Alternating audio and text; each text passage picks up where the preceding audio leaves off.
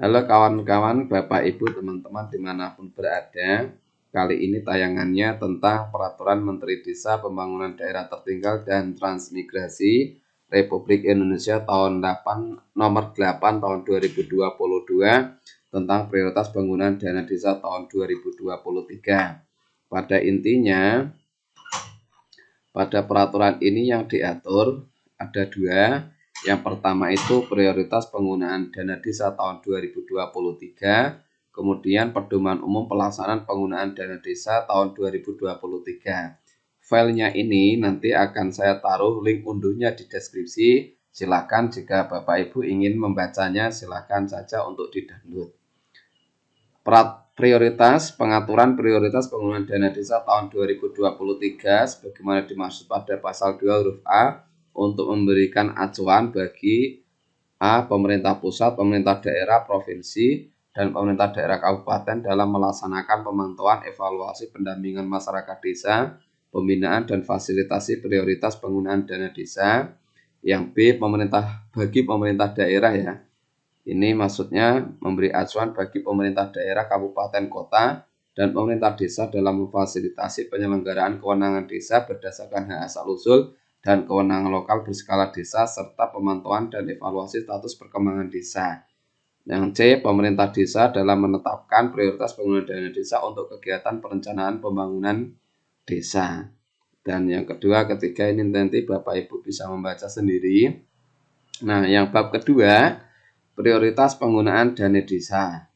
Prioritas penggunaan dana desa sebagaimana dimaksud dalam pasal 3 di atas, ayat 3 huruf A diatur dan diurus oleh desa berdasarkan kewenangan desa. Jadi kalau bukan kewenangan desa tidak bisa dibiayai dari dana desa.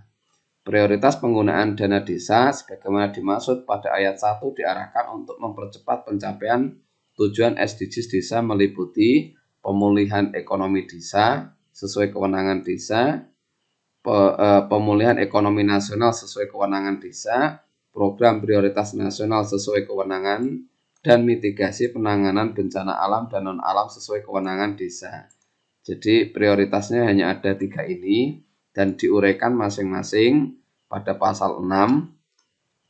Yang pertama, penggunaan dana desa untuk pemulihan ekonomi nasional sesuai kewenangan desa sebagaimana dimaksud dalam pasal 5 ayat 2 huruf A meliputi pendirian, pengembangan, dan peningkatan kapasitas pengelolaan badan usaha milik desa atau badan usaha milik desa bersama. B. Pengembangan usaha ekonomi produktif yang diutamakan dikelola oleh badan usaha milik desa, badan usaha milik desa bersama, dan pengembangan desa wisata. Ini yang pertama, penggunaan dana desa untuk pemulihan ekonomi nasional sesuai kewenangan desa itu pendirian, pengembangan, dan peningkatan kapasitas pengelolaan badan usaha milik desa atau badan usaha milik bersama, kemudian pengembangan usaha ekonomi produktif, pengembangan desa wisata, kemudian penggunaan dana desa untuk prioritas nasional sesuai kewenangan desa sebagaimana dimaksud dalam pasal 5 huruf 2 meliputi perbaikan dan konsolidasi data SDGs desa dan pendataan perkembangan desa melalui indeks desa membangun. Kemudian ketahanan pangan nabati dan hewani. Sebelumnya tayangan saya beberapa bulan yang lalu menayangkan beberapa contoh-contoh kegiatan ketahanan pangan nabati dan hewani. Kemudian pencegahan dan penurunan stunting. D. Peningkatan kualitas sumber daya manusia warga desa. E. Peningkatan keterlibatan masyarakat secara menyeluruh dalam pembangunan dan pemberdayaan masyarakat desa. Perluasan akses layanan kesehatan sesuai kewenangan desa. Kemudian G. Dana operasional pemerintah desa paling banyak 3% dari pagu dana desa setiap desa. H. Penanggulangan kemiskinan terutama kemiskinan ekstrim. I. Bantuan langsung tunai dana desa untuk mendukung percepatan penghapusan kemiskinan ekstrim.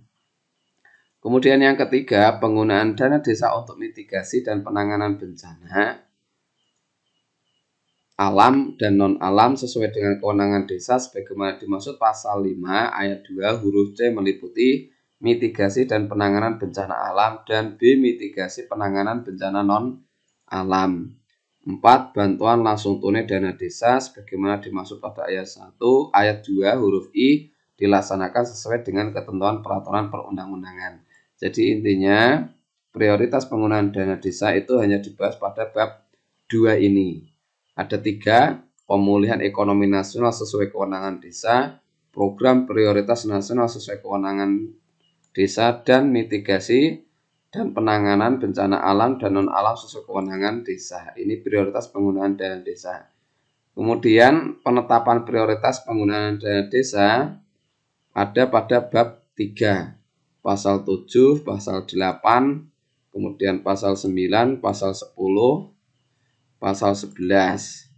Nah, bab 4, publikasi dan pelaporan. Nah, nanti silakan ya di link deskripsi. Linknya ada di deskripsi maksud saya untuk mendownload Permen Desa nomor 8 tahun 2022 ini. Nah, ini ada pedoman umumnya pelaksanaan penggunaan dana desa tahun 2023. Di sini disebutkan 18 SDGs desa, mulai desa tanpa kemiskinan dan desa yang ke-18 yaitu desa kelembagaan desa dinamis dan budaya desa adaptif. Nah, di sini di pedoman umum ini baru ada rincian contoh-contoh kegiatan-kegiatannya.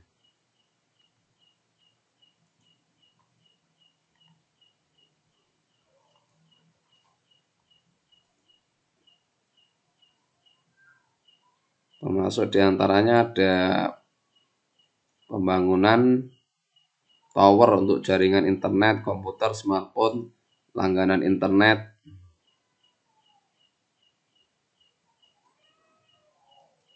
lumbung pangan. Ini ya rincian-rinciannya di pedoman umumnya. Banyak sekali kegiatan-kegiatannya.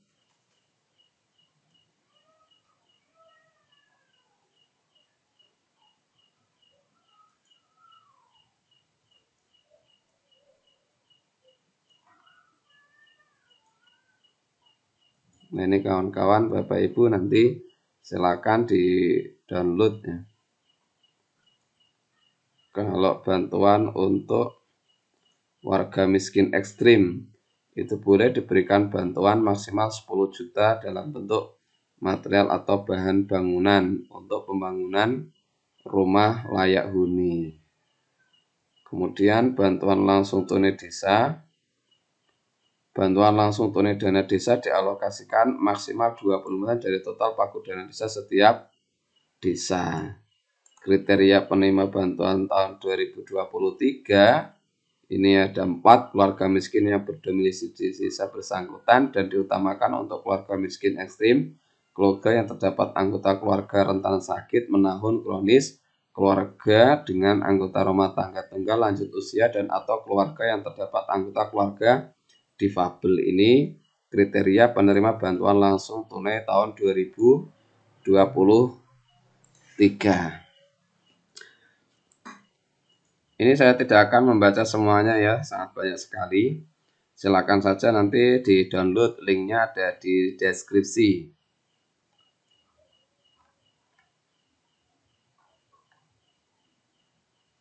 Terima kasih yang sudah menyaksikan tayangan ini. Semoga bermanfaat.